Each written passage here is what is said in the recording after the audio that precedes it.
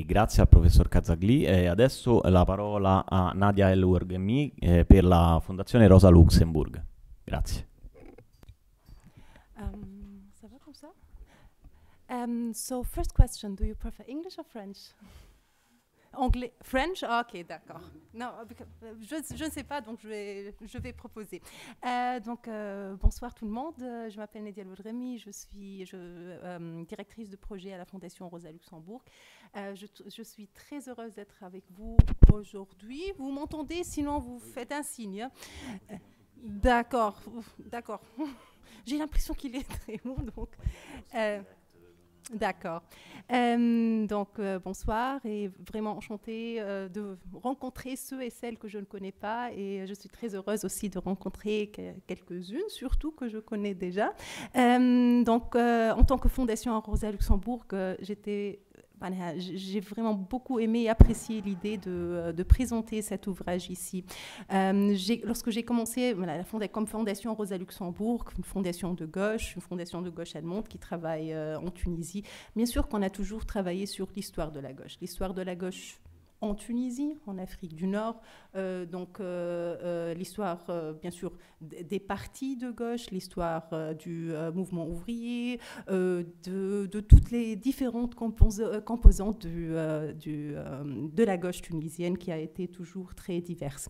Donc l'histoire de la gauche, mais c'est pas seulement l'histoire de toutes ces composantes, mais c'est une histoire qui est comme l'histoire de la Tunisie, très diverse, qui a été influencée et qui a influencé beaucoup d'autres éléments, beaucoup d'autres acteurs. Et je dois vraiment dire que j'ai découvert moi-même, comme Tunisienne, beaucoup sur l'histoire de la Tunisie, sur l'histoire de la gauche en Tunisie,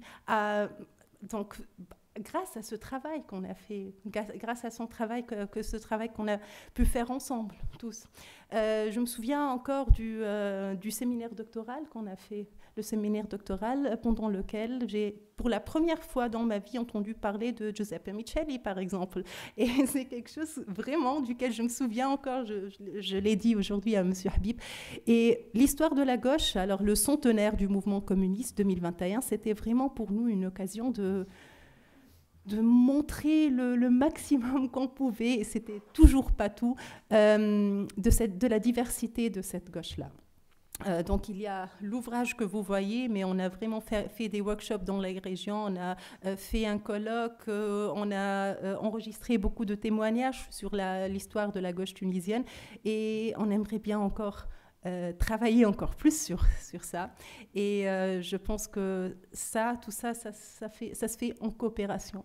C'est pas quelque chose que, bien sûr, on a toujours besoin de partenaires, comme surtout M. Habib, comme les étudiantes et les étudiants qui travaillent sur cette histoire, mais aussi en dehors. Donc c'est le plus de gens qui veulent travailler, coopérer sur cette histoire. Je pense que c'est toujours une pièce de la mosaïque qui s'ajoute et qui peut-être un jour donne une image un peu plus complète. Donc je suis vraiment heureuse, je suis très heureuse aussi de vous voir, de vous écouter. Après, j'essaie de comprendre le maximum, donc mais oui, donc merci.